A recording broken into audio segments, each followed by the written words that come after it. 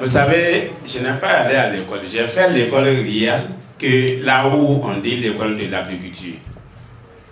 Donc, c'est mon grand frère qui devait aller. Lui, comme mon papa l'aime, lui dit qu'il ne va pas aller. Ils m'ont pris, mais à sa place, on prend les gens de 18 ans. Moi, j'étais allé à 14 ans. Je suis là-bas. J'étais devenu comment on dit, le planton des frères qui sont là-bas. C'est moi qui fais tout. 2 ans. Moi, j'ai dit, moi, je vais fuir. J'ai dit, ça là, ça ne m'arrête pas. J'ai fui. Ils sont allés venir m'attraper, amener encore. Chaque jour, si je pars, je quitte, je sors, je fais comme je pars faire pipi, je rentre en plus. À fini même, ils ont laissé. Sinon, j'étais intelligent. Si on fait des trucs, les gens qui sont pris à ce que moi, moi-même, j'étais devant eux. Mais j'ai refusé carrément. Donc, par fini, ils m'ont laissé. Quand moi, mon tour est arrivé encore, ça c'était en Djoula. Ils sont venus me prendre encore, amener dans même l'école là.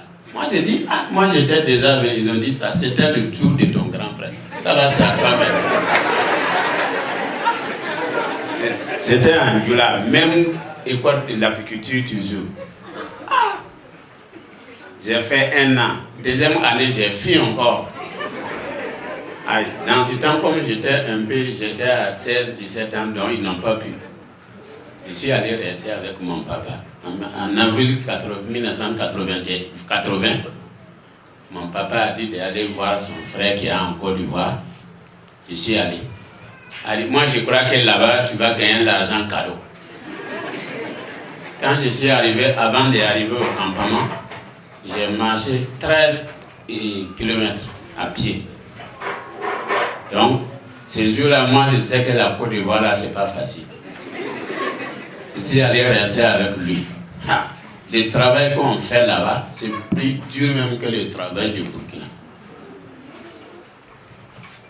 J'ai resté. Le vieux là avait un terrain. Les Ivoiriens ont dit comme il a duré avec eux, et comme moi je suis venu. Ils sont allés me montrer plus de 40 hectares qu'il n'a qu'à planter le cacao comme il veut. Moi, j'ai commencé avec lui. À partir de fin d'année de 1980, moi j'ai dit au vieux là que moi je vais rentrer au Burkina. Il dit pourquoi? Il dit le travail que vous faites, si quelqu'un fait ça au Burkina, tu ne peux pas ne pas réussir.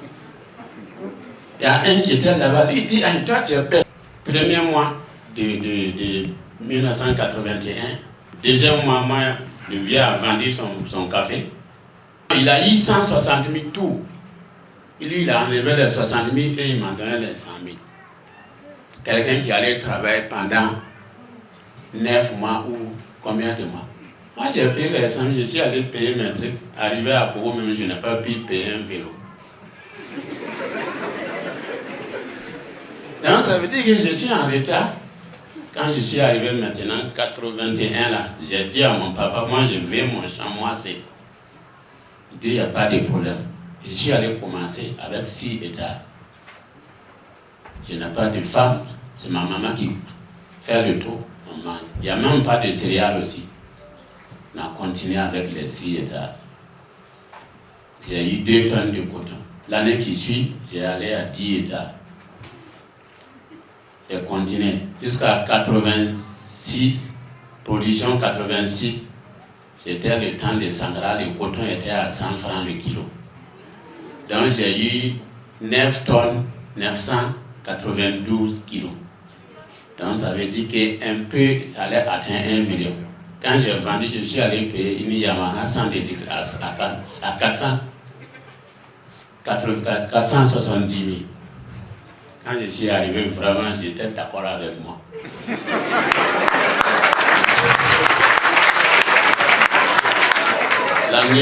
L'année 87, j'ai produit encore, j'ai vendu en 88, j'ai eu 18 tonnes.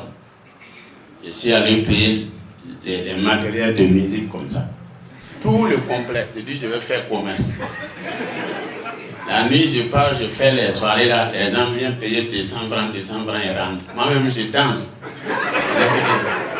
Mais à partir de 1 an, moi, je dis, Sarah, si tu savais, tu ne vas pas devenir producteur. J'ai pris tout vent. Les gens ont dit que j'ai tombé, j'ai dit oui. Je les ai dit qu'un producteur ne tombe pas. Et je suis allé en plus encore. J'ai fait 3 caisses de coton. Donc, je suis allé payer il y a un gros commissaire qui était ici, il y a des blancs qui sont venus, ils veulent vendre leur véhicule à 650 000. Il n'y avait pas quelqu'un à détruire ici qui va payer ça. Ils sont allés négocier le haut commissaire, lui il voulait. Ils ont dit 650 000. Ils ont arrêté le prix. Le haut commissaire voulait tourner, chercher l'argent avec les commerçants. Il n'a pas eu.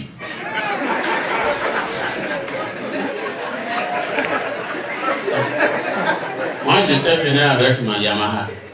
Donc il y a un petit frère qui est venu me dire que les blancs avaient vendu leur véhicule, qu'ils ont un problème de transport pour rentrer. Et moi je suis allé discuter avec eux. Les 650 000 là, je les ai pris, on est parti à Ouakoué. J'ai dit à un de mes amis commerçants de me donner ça. J'ai dit quand l'argent de coton va venir, je vais te payer. Lui aussi, il a compté les 650 000 francs là-dedans, j'ai payé. Quand l'argent de coton est venu, je suis allé payer son 650 000. Et je roulais avec la voiture là. Les gens ont dit, lui là, il va tomber. Non, que le petit là, qu'il veut se montrer. Mais moi, je n'ai jamais découragé. Oui. Après, j'ai pris un chauffeur. Souvent, on fait bagarre même. Mais j'ai continué comme ça. Donc, après 88, 89, jusqu'à 90, moi, je partais louer les tracteurs à Koulou à 400 000 francs par mois. Je viens, le CRPA Koulou me donne le chauffeur avec le tracteur, on vient, on travaille chez les gens. 16 000 francs de l'État. Moi-même, je suis avec lui. On dort en brousse. On travaille. Après fin d'année et fin du mois, le tracteur part. Moi, je sais que je gagne. J'ai commencé à continuer mon champ avec ça. Quand Blaise a envoyé les premiers tracteurs en disant, il y avait 130 tracteurs qui étaient venus. Donc, moi, je suis allé voir le général Tamini. J'ai dit, moi, je veux un tracteur. Il dit, mais toi, tu ne peux pas trouver l'avance. Il dit, non. Il dit, moi, j'ai l'argent en compte à la CNCA. Donc, lui, il m'a fait un papier donné d'aller remettre à Yé Koyassan.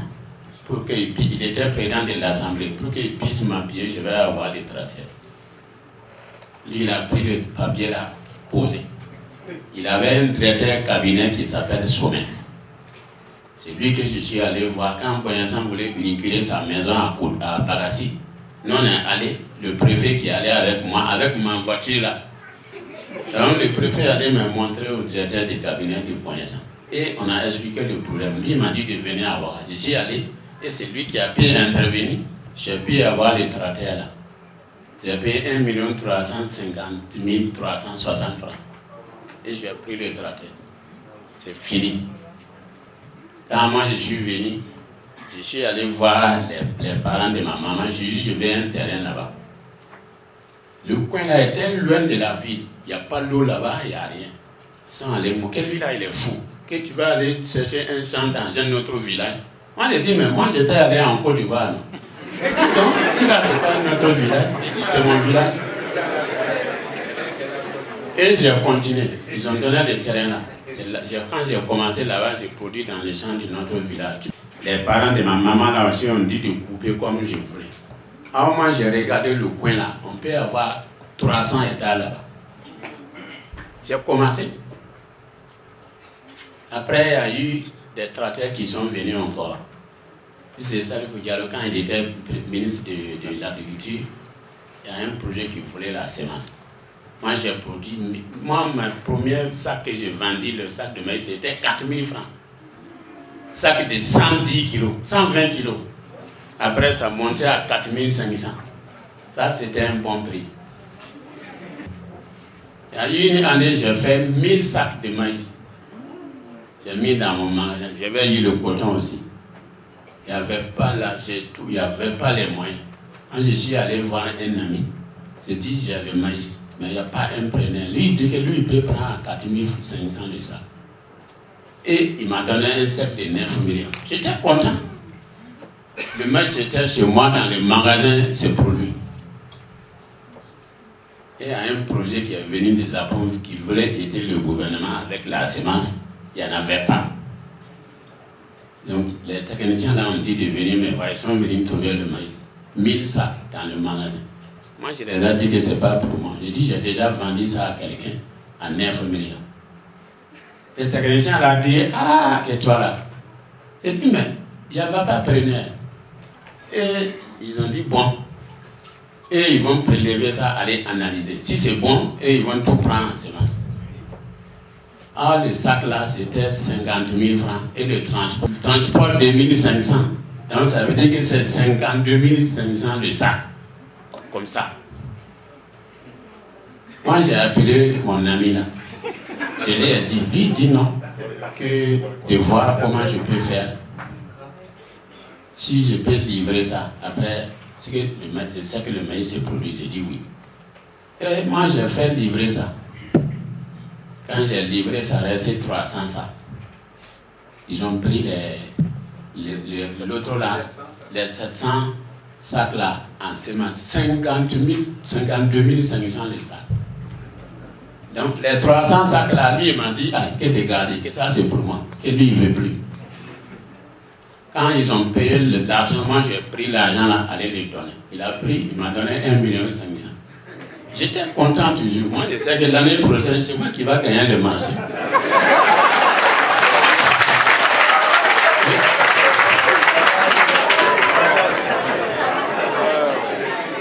J'étais content. Et c'est un ministre. Moi j'ai laissé.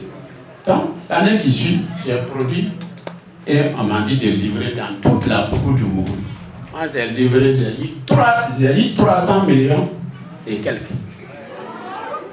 Ah, je suis allé le saluer et je lui ai donné 10 millions. J'ai dit de vraiment payer ça.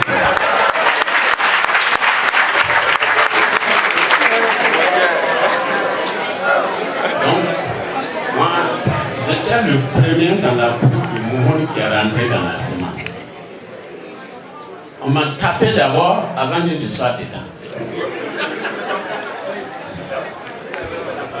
Si moi je vois un jeune aujourd'hui qui dit qu'on veut tomber sur lui, moi je ne te réponds pas. Il faut laisser. Quelqu'un peut marcher avec toi, mais marcher sur toi, après tu peux te lever et tu vas le dépasser.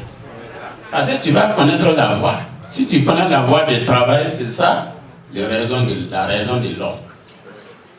Donc, c'est comme ça. Donc, quand je suis dans la semence là, non, vraiment, jusqu'à présent, je suis dans ça.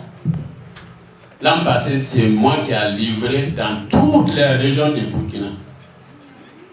604 tonnes que j'ai livrées à l'Union nationale des producteurs de semences qui n'avaient pas la semence. Moi, j'ai livré 604 tonnes à eux. L'État m'avait donné une partie de 400 millions. Moi, j'ai livré ça et puis j'ai livré les 604 tonnes à l'Union nationale des producteurs semenciers. Ça, c'est l'an passé. Sinon, vraiment, s'il n'y avait pas ça, l'an passé, on allait avoir problème de semences. Mais c'était la production de 3 ans que j'ai réservé. J'ai une équipe qui travaille avec moi. Si tu mets la semence dans le magasin, tu n'as plus droit à enlever ça. Moi, je prends le traitement en charge. J'ai des magasins, toute l'équipe là, chacun a ses semences là. C'est comme ça qu'on a fait. Donc l'an passé, on a vendu plus de 900 millions de semences l'an passé. Dans cette année, le gouvernement nous a appelés et ils ont dit, Société Cameroun n'a qu'à livrer 916 millions de semences. Notre production dépasse ça. Donc, ce que je vais vous dire, il faut que vous tous, même si tu as le bac, tu as quoi, il ne faut pas oublier l'agriculture. Parce que même si tu as un demi-hectare, si tu gagnes 5 sacs, comme le gouverneur l'a dit, les 5 sacs là, ça peut nourrir, même si tu as quoi, ça peut nourrir ta famille. Si ce n'est pas nous les producteurs qui mangent au hasard.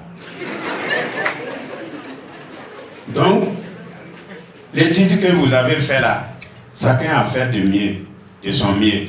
Mais il faut faire ton étude à toi-même. Réfléchir à ta tête. Qu'est-ce que je vais faire pour gagner un autre diplôme ajouter à ce que j'ai là. Ça, c'est à toi-même. C'est pas le professeur qui va dire, c'est pas l'État, c'est pas... Vous n'avez pas vu un capitaine qui nous commande maintenant. Alors, il y a des colonels.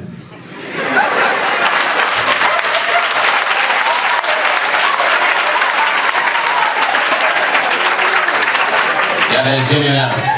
Il ne peut pas. Parce que si quand même tu es fier de toi, il n'y a pas quelque chose que tu ne peux pas faire. Même si ça n'a pas marché, il faut avoir le courage. Un producteur ne peut pas réussir. Quand j'ai dit aux jeunes là, j'ai dit un producteur ne peut pas réussir avant 20 ans. Les jeunes là disent, oh! J'ai dit, mais il faut commencer d'abord. Moi, j'ai réussi ma première décoration en 2003 à Kaya. Quand je suis venu, on a inauguré ça, j'ai fait mon discours, j'ai dit que le Burkina appartient à ceux qui l'ont mis en valeur. Mais les gens n'ont pas compris. Si toi tu ne peux pas fabriquer quelque chose, si ça doit venir ailleurs, toi tu ne peux pas mettre un pays en valeur. Tu vis sur quelqu'un. Donc c'est quelqu'un qui peut fabriquer son petit truc lui-même là. C'est lui qui peut amener un développement dans un pays, dans une région, dans un village, dans une famille. Donc, il faut que chacun mette à sa tête que tu es parti étudier, le reste là c'est à toi maintenant. Ce que tu vas faire pour vivre, ce que tu vas faire pour réussir là. Dieu est avec tout le monde. Même si quelqu'un qui dort là, Dieu est avec lui. Mais il faut savoir coucher. Sinon il va te lancer. Dès l'année 2024 seulement, j'ai reçu 3 lauréats. Et le dernier, oui, j'ai eu une décoration. Tout ça, c'est en 2024. Donc, je vais vous dire aujourd'hui, là, le Burkina est debout. Le debout, là, nous, on est déjà vieux. On ne peut rien faire, mais c'est à vous maintenant que nous, on va regarder. Il faut que chacun, même si tu vas étudier minuit jusqu'à 3h, 4h du matin, c'est bon. Travail là, ça ne se perd pas.